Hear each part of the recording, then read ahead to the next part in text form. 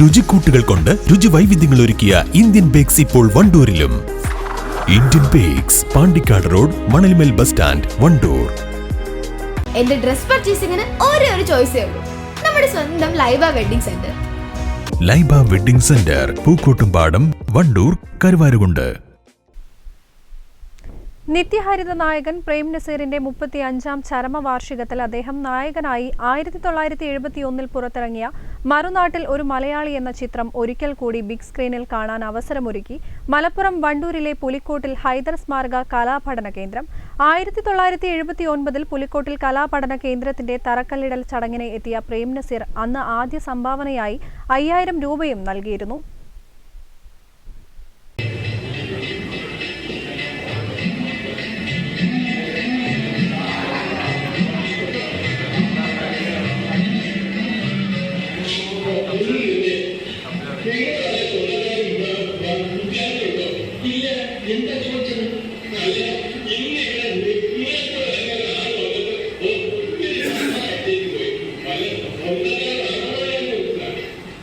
മലയാളത്തിന്റെ നിത്യഹരിത നായകൻ പ്രേം നസീറിനെ അനുസ്മരിക്കുകയാണ് വണ്ടൂർ പുലിക്കോട്ടിൽ ഹൈദർ സ്മാരക കലാപഠന കേന്ദ്രത്തിന്റെ നേതൃത്വത്തിൽ. കലാപഠന കേന്ദ്രത്തിൽ നടന്ന അനുസ്മരണ ചടങ്ങ് അഡ്വക്കേറ്റ് KN ഖാദർ ഉദ്ഘാടനം ചെയ്തു. പ്രേം നസീർ സിനിമകളിലെ ഗാനങ്ങൾ ഉൾപ്പെടുത്തിയുള്ള ഗാനസദ്യ, അദ്ദേഹത്തെക്കുറിച്ചുള്ള ഡോക്യുമെന്ററി പ്രദർശനം മുതലായവ ചടങ്ങിന്റെ മാറ്റുകൂട്ടി. തുടർന്നാണ് പ്രേം നസീർ നായകനായ മറുനാട്ടിൽ ഒരു മലയാളി ചിത്രം പ്രദർശിപ്പിച്ചത്.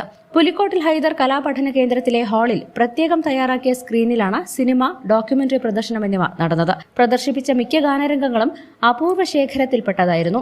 സിനിമാ പ്രദർശനം കാണാൻ സ്ത്രീകളടക്കമുള്ള പ്രേക്ഷകർ എത്തിയിരുന്നു. പുലിക്കോട് ഹൈദർ സ്മാരകത്തിന് തറക്കല്ലിടൽ മുൻ മുഖ്യമന്ത്രിയായിരുന്ന CH മുഹമ്മദ് കോയ തറക്കല്ലിട്ട് കഴിഞ്ഞ ശേഷം ഹൈസ്കൂൾ ഗ്രൗണ്ടിൽ വെച്ച് നടന്ന വലിയ ഒരു പ്രൗഢമായൊരു സദസ്സിൽ ഒരു ജനസാഗരത്തിന് മുന്നിൽ നിന്നുകൊണ്ട് ഈ പരിപാടി ഉദ്ഘാടനം ചെയ്യുകയും അന്ന് 5000 രൂപ പ്രേം നസീർ ഇതിന് സംഭാവന നൽകുകയും ചെയ്തിട്ടുണ്ട്.